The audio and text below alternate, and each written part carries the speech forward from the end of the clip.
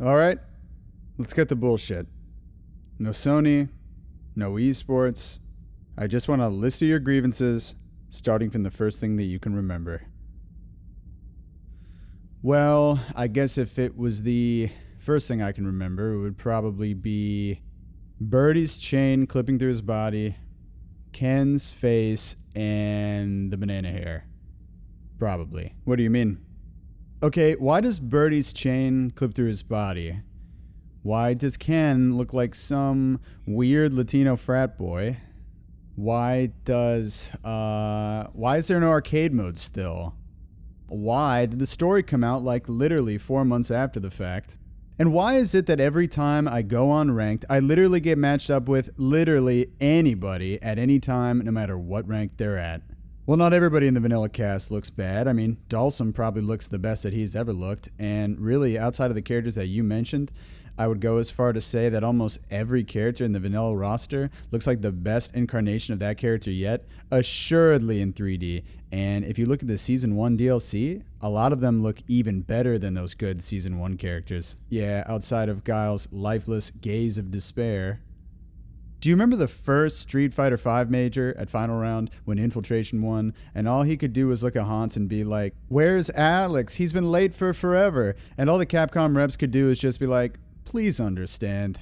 And then, what was it, like 2 months after that, Ibuki gets delayed, and she comes out with Balrog, and they played off like everybody should be cool with this. And then it must have been like a week or two after that, when EVO happened, that they announced those Alex and Ibuki nostalgia costumes that everybody was waiting for. And it took them so long to finish those costumes that they were re-announced at the next year's EVO, and only came out a couple months ago. And in the time that we waited, modders made those costumes at the same quality or better than the ones we ended up receiving. I really don't understand how you can defend something like that. Yes, well, Season 1 was definitely a pretty rough start for Street Fighter V, and the game definitely still has problems, but I honestly feel like it's unfair to Capcom and unfair to Street Fighter to say that Street Fighter V is a completely bad experience. I mean, it definitely brought a lot of new players to the scene, there's no questioning that. And if you compare the balance of Street Fighter 4 to Street Fighter 5, there's no comparison. I mean, the gap between a character like Evil Ryu and DJ versus the gap between a character like Balrog and Alex is incomparable. And honestly, I think if we all answer this question for ourselves, a lot of us still really enjoy the core experience of Street Fighter V. And at least if we're talking about Season 1, we were all pretty optimistic that eventually the game would become something that we all really enjoyed. Yeah, well, guess what? We didn't get any of that shit because we didn't get new V-triggers, we didn't get new V-skills. Everything that literally everybody ubiquitously asked for, we didn't get. And the only things that we did get, the things that we did ask for, like minor nerfs to Chun-Li, minor nerfs to Nash, minor nerfs to Ryu, they went completely batshit overboard. Like, do you have any problems jumping on Chun-Li when she's out of the game? Do you have any problems, like, making sure Nash stops squirming around when he's out of the game? Ryu out of the game. Ken out of the game. These characters don't exist anymore. But if you're a Urien player, well, oh boy. Do you hate it when people jump out of your Aegis setups? Or they DP out? Well, guess what? DPs are all fucking horrible. Even EX DPs, they cost too much meter. It's like you'll just take them and you won't even care. If you're a Urien player, what else? You want a jumping light kick cross up that is so good it combos into crouch heavy punch? In fact, do you want to do 2 crouch heavy punches? And even if you drop your setup that they can no longer DP out of, would you like a little bit more health in case you fuck it up? I don't know who even made this game because I don't know who to point fingers at and say, why did you do this? I know it wasn't Peter. I don't think Capcom's going to tell us. Well, Akuma's cool. And Manat's definitely cool, so there's that. Abigail's kind of a toss-up, and Zeku will assuredly be popular. But I can't really defend Colleen. She's honestly sort of boring.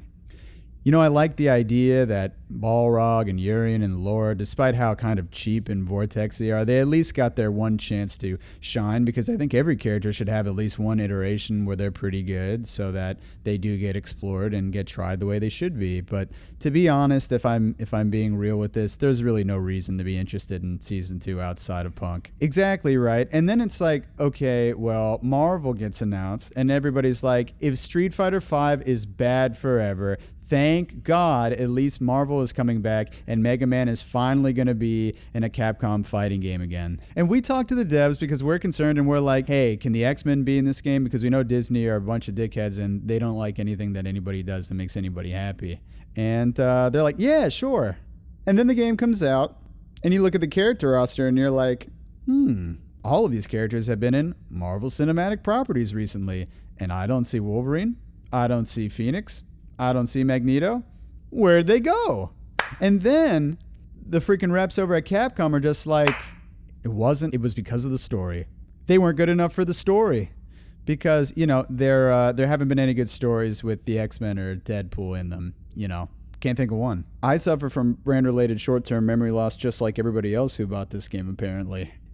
But even if I dropped the sarcasm, right? Even if I didn't give a shit about any X-Men, and I only played Marvel 3, I didn't play Marvel 2, I didn't play Marvel 1, if I only played Marvel 3, they didn't even bring back the best Capcom characters from that game. We got fucking Nemesis, Arthur, Firebrand, and no Amaterasu, despite an HD remix on the horizon. Wesker, not in the game. And Beautiful Joe, not in the game.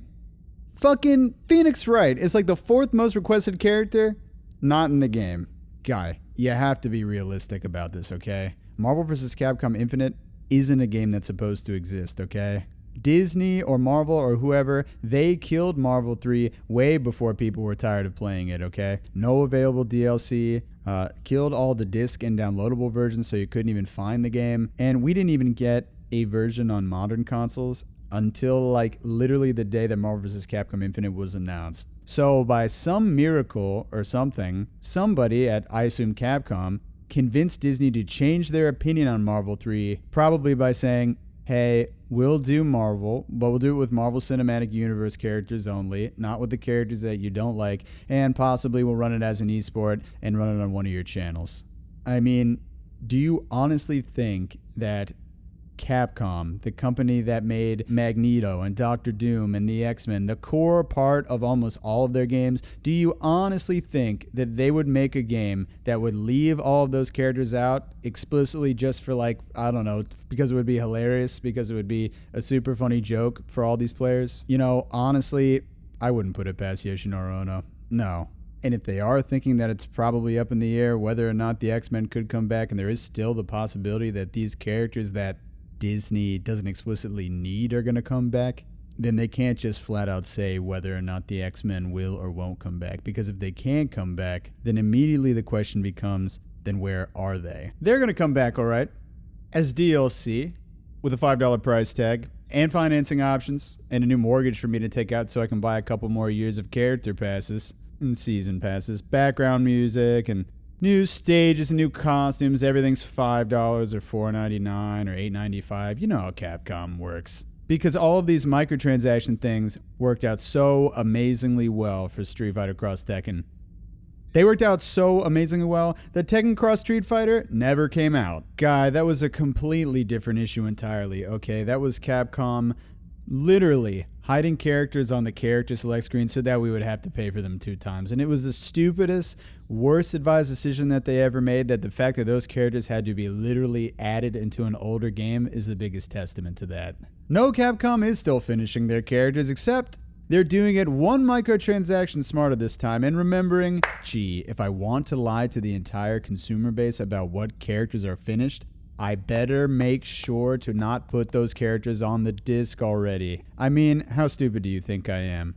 Freaking Symbiote is in the story mode. Sigma is in the story mode. Black Panther and Monster Hunter are both in the story mode. Black Panther and Sigma get announced as DLC in like literally the second trailer for the entire game. And then Monster Hunter is like, oh hi, I'm finished like magically 2 days after the game came out, and I'm complete enough to be shown to people to advertise Monster Hunter World. Like, do you think I'm a huge dingus? You must think I am if I'm still playing your games at this rate. And I mean, it's like, do you honestly expect me? Do you honestly expect the consumers, who obviously it's all the same people who are playing this game, to Marvel vs. Capcom Infinite, do you honestly expect me to think that the company who made Alex, who couldn't get Alex out in 2 months, could do 6 characters? 6 characters in 3 months?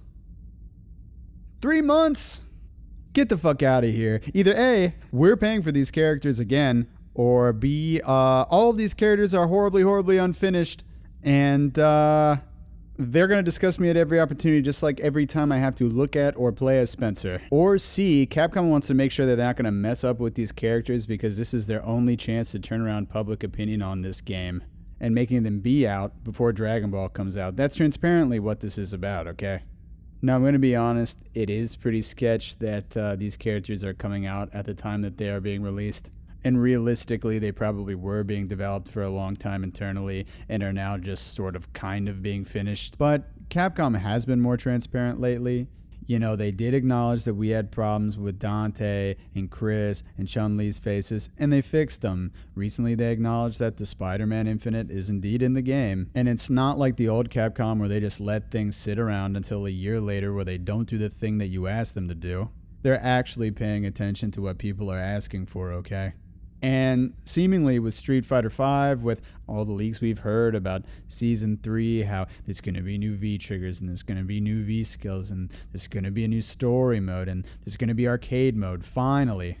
This might be the final hurdle that Capcom has. I wouldn't count on it, but it looks like Capcom is finally trying to address the issues that people have had with their stuff for so long now, and they're listening to consumers again. Yeah, that doesn't change the fact that there's really strong evidence that Capcom execs have lied to us bold-facedly twice if we're just talking about recently. And honestly, I don't really feel like Capcom deserves a free pass for doing like 2 or 3 things right in recent memory. Especially when Namco and Iron Galaxy and NetherRealm are doing everything right with the game and the community, and they don't even get like half the support from the competitive community that Capcom gets, regardless of the product that they put out. So I'm going to play Dragon Ball, and I'm just going to forget that Capcom exists, because I would really love to play a game where the developers put the gameplay first instead of esports or bullshit or lying to their consumers so they can sell more DLC. You are gonna catch nobody complaining about Dragon Ball right now, okay?